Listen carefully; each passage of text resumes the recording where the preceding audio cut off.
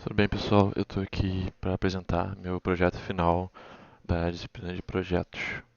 Meu trabalho ele é sobre o estudo experimental relacionado a algoritmos genéticos orientados à diversidade no problema da mochila multidimensional. Primeiramente, o que seria o problema da mochila multidimensional? Basicamente, ele é da mesma família do bem famoso problema da mochila. Ele é um problema NP difícil.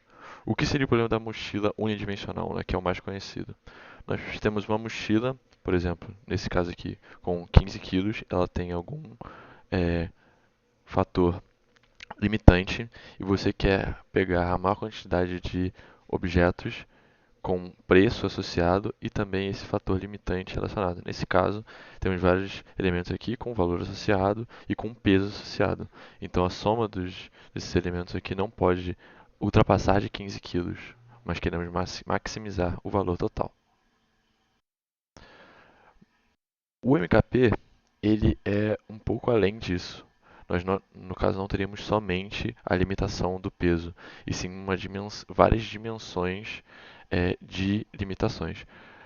Matematicamente falando, nós temos diversos itens com um valor de um preço associado e um consumo associado a um recurso.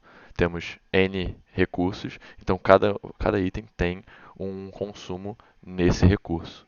Nós queremos maximizar o lucro, né, a totalização do preço, minimizando, né, sem ultrapassar, perdão, o consumo de cada um desses fatores limitantes. Motivação.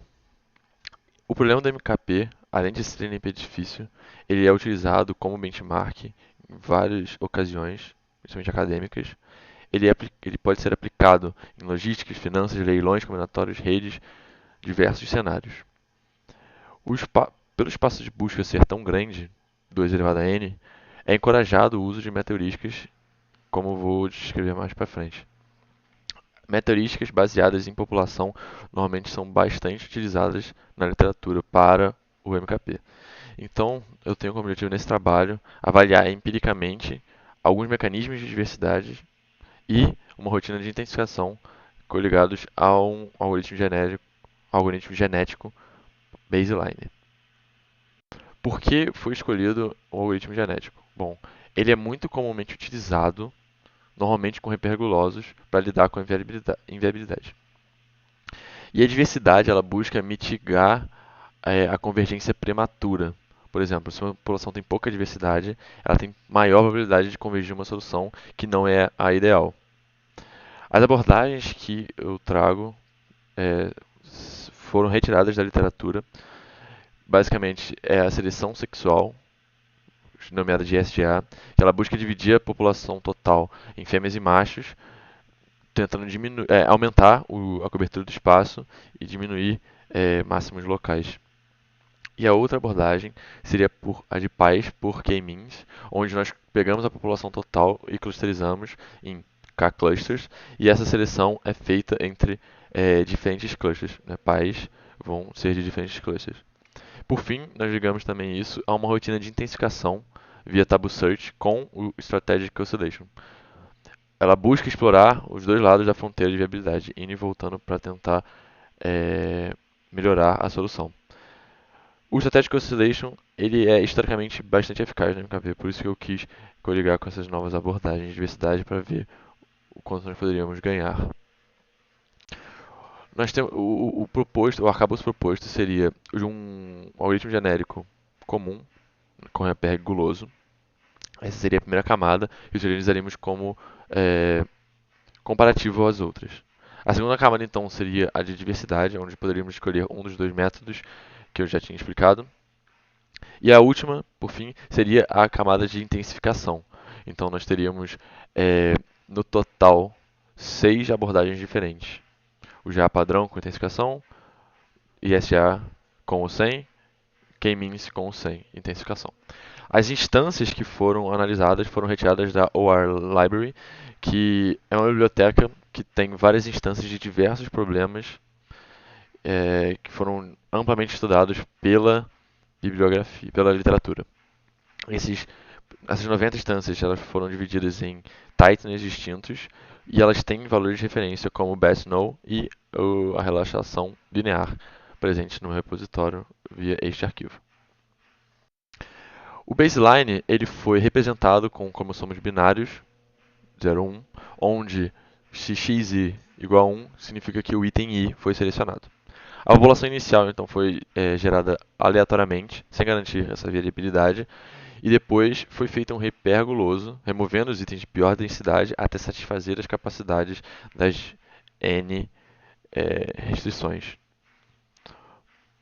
Os operadores foram feitos por seleção de torneio, crossover uniforme, mutação bitflip, bem comum num GA padrão. E os critérios de parada para todas as aplicações, todas as abordagens, foi um orçamento de 30 minutos e estagnação de 10N gerações consecutivas sem melhora.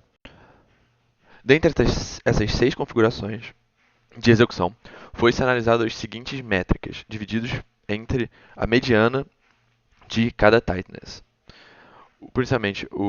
Primeiramente, o gap do best no value, que seria basicamente o quão distante nós estamos do melhor valor encontrado, ou seja, quanto menor, melhor.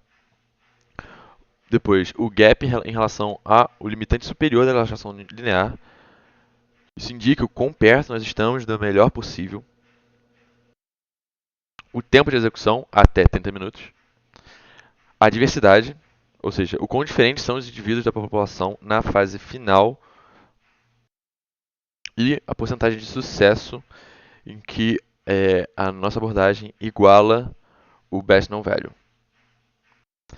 Os resultados obtidos foram que em todas as abordagens diferentes, relacionado ao best known value e o limitante superior da relaxação, todas as abordagens melhoram em relação ao tau aumentando, ou seja, os maiores taus representaram os melhores resultados. Para taus pequenos, o K-means com a rotina de intensificação apresentou o melhor gap do best no e também o menor gap de relaxação. Com relação ao ISGA puro, ele tem um gap maior e maior tempo médio, ou seja, provavelmente a convergência se indicou muito mais cara do que o viável no tempo de 30 minutos. Para o tal médio, tanto o K-means quanto o GA ligado à rotina de intensificação atingem valores bem parecidos de best no, superando o GA puro e todos os ISA puro com a rotina de intensificação. Para o tightness alto, não tivemos tanta diferença entre os resultados. Com relação à diversidade, o ISGA, ambas as abordagens dele, realmente mantém as maiores diversidades, porém, ela não se traduz, como nós vimos no último slide, em melhores gaps do best known. Ou seja, essa diversidade acabou sendo muito custosa no tempo de 30 minutos. O K-means apresentou uma diversidade muito semelhante e acabou que a rotina de intensificação ele limitou ainda mais a diversidade do K-means. Porém, ele melhorou o gap e aumentou a taxa de sucesso com o best known. Ou seja, a conclusão que pode ser tomada no geral seria que uma diversidade moderada com uma intensificação é mais eficaz do que uma forte rotina de diversidade, principalmente nessas condições de execução do projeto. Ou seja, como principais conclusão nós temos que o Java produz bons resultados, porém a rotina de intensificação melhora significativamente o best known e a estabilidade. O ISA ele realmente aumenta a diversidade, porém isso não conclui-se numa melhor qualidade das respostas. E o K-means realmente ele surgiu principalmente coligado à rotina de intensificação como a configuração mais promissora, tendo menores gaps, melhor robustez e tempos de execução bem competitivos com o restante. Como trabalhos futuros, possíveis melhorias para esse projeto, temos a possível ausência de bit subsampling nas medidas de diversidade pode ter aumentado muito o custo em instâncias grandes, principalmente no ISGA. Talvez com esse subsampling o tempo não seja um fator tão limitante quanto foi. Outro fator também muito ligado ao ISGA é que não teve uma rotina de fallback automático quando a diversidade está muito baixa. Isso pode ter afetado os resultados.